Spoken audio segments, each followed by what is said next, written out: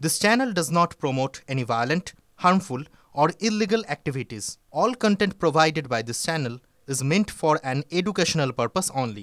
অনেক বড় চক্রান্ত মনে করছেন তিলোত্তমার বাবা মা। আর আমরা ভাবছি গতকালও তো মেয়র রোডে তৃণমূলের ছাত্র পরিষদের সভায় মমতা বন্দ্যোপাধ্যায় বললেন সিবিআই তদন্ত না হলে এক সপ্তাহের মধ্যে তদন্ত শেষ হয়ে যেত। এমনকি ফাস্ট ট্র্যাক করে বিচার করে দোষীর তদন্তে শেষ করে দোষীকে দোষী সাব্যস্ত করে ফাঁসির বন্দোবস্ত শুদ্ধ হয়ে যেত। ভাবুন তো, এমন সব তদন্ত, এমন সব তথ্য প্রমাণ যার পদে পদে এরকম অসঙ্গতি রয়েছে, তার উপর ভিত্তি করে তাড়াহুড়ো করে তদন্ত শেষ হয়ে যেত।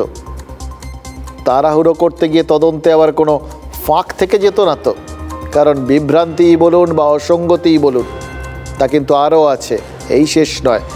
যে অসঙ্গতির কথা বলবো, কারণ আজ এই মুহূর্তে এই অসঙ্গতির কথাগুলো আপনাদের কিন্তু না বললেই নয়।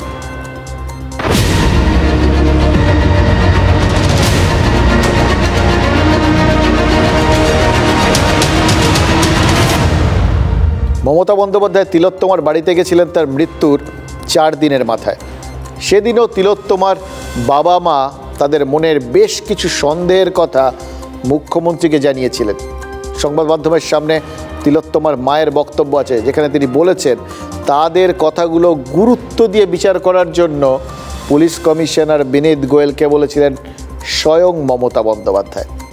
মুখ্যমন্ত্রী 12ই আগস্ট তিলোত্তমার বাড়ি গেছিলেন। এবার পরের দিন অর্থাৎ 13ই আগস্ট হাইকোর্ট সিবিআই তদন্তের নির্দেশ দেয়। হতেই পারে এজন্যেই মুখ্যমন্ত্রী বলার পরেও কলকাতা পুলিশ ফাঁক ফোকরগুলো খুঁজে পায়নি বা খোঁজার চেষ্টা করেনি, ফলে অসঙ্গতিগুলো ধরতে পারেনি। কিন্তু সিবিআই কি করছে? 9ই আগস্ট হাসপাতাল থেকে 3 বার তিলোত্তমার বাবা মাকে ফোন করা হয়। প্রথমবার ফোন করে বলা হয় তিলোত্তমা অসুস্থ, দ্বিতীয়বার বলা হয় আপনাদের মেয়ে এমার্জেন্সিতে অসুস্থ, আর তৃতীয়বার বলা হয় আপনাদের মেয়ে হয়তো আত্মহত্যা করেছে। অসুস্থ হলে মৃত্যু হতে পারে, কিন্তু আত্মহত্যা হতে পারে কি? হঠাৎ আত্মহত্যার তত্ত্বটা কোত্থেকে এলো?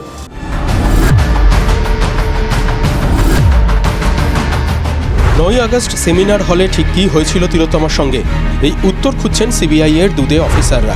তার মধ্যেই তিলোত্তমা কাণ্ডের মোড় ঘোরানো অডিও ক্লিপ TV9 বাংলার কাছে। 9ই আগস্ট ঘটনার দিন সকালে নির্যাতিতার বাবা মাকে 3 বার ফোন করেন হাসপাতাল কর্তৃপক্ষ। তিলোত্তমার কি হয়েছে তার উত্তরে ফোনে বাবা মায়ের কাছে বারবার বয়ান বদল করেন মহিলা অ্যাসিস্ট্যান্ট সুপার। কখনো বলা হয় তিলোত্তমা অসুস্থ, কখনো বলা হয় এমার্জেন্সিতে। হ্যালো, বলছেন? হ্যাঁ, হ্যালো, কেন, কে বলছেন? আরজি কর হসপিটাল থেকে বলছিলাম। কেন, কি হয়েছে? ওর একটু শরীরটা খারাপ হয়েছে, আপনারা কি একটু আসতে পারবেন ইমিডিয়েট? কেন, কি হয়েছে? কি ওর শরীরটা খারাপ, আমরা ভর্তি করাচ্ছি ওকে, আপনি কি ইমিডিয়েট একটু আসতে পারবেন? কি হয়েছে কি সেটা বলো না একটু। ওনার অবস্থা খুবই খারাপ, আপনি যতটা তাড়াতাড়ি পারবেন চলে আসুন। কি হয়েছে না সেটা বলো না। এটা তো ডাক্তার বলবে, আপনি একটু তাড়াতাড়ি চলে আসুন এখানে।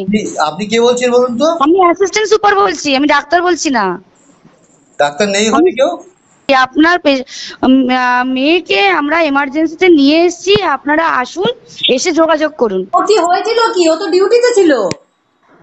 আপনারা জলদি চলে আসুন, যতটা তাড়াতাড়ি পারবেন।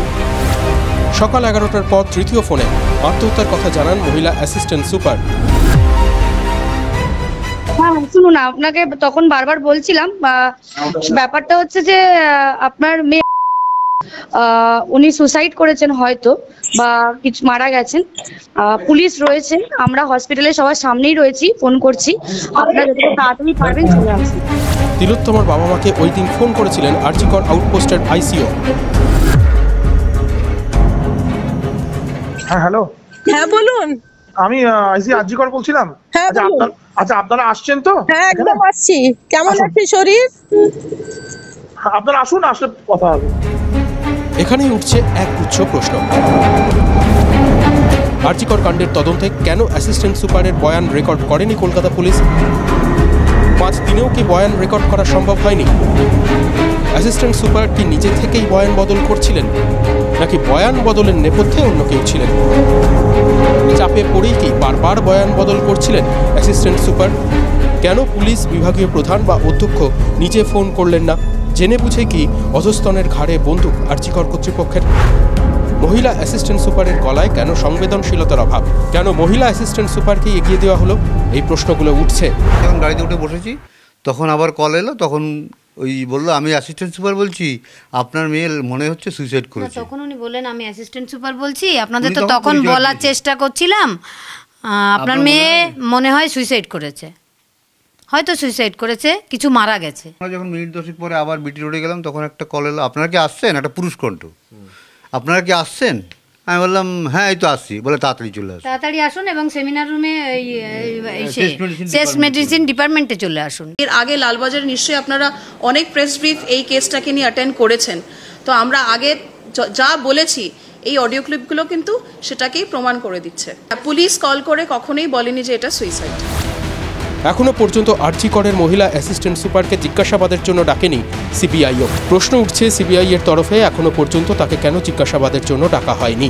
অ্যাসিস্ট্যান্ট সুপারকে জিজ্ঞাসাবাদ করলে হয়তো আরও গুরুত্বপূর্ণ সূত্র পাবেন তদন্তকারীরা, হয়তো খুলে যাবে নৃশংস হত্যাকাণ্ডের জট।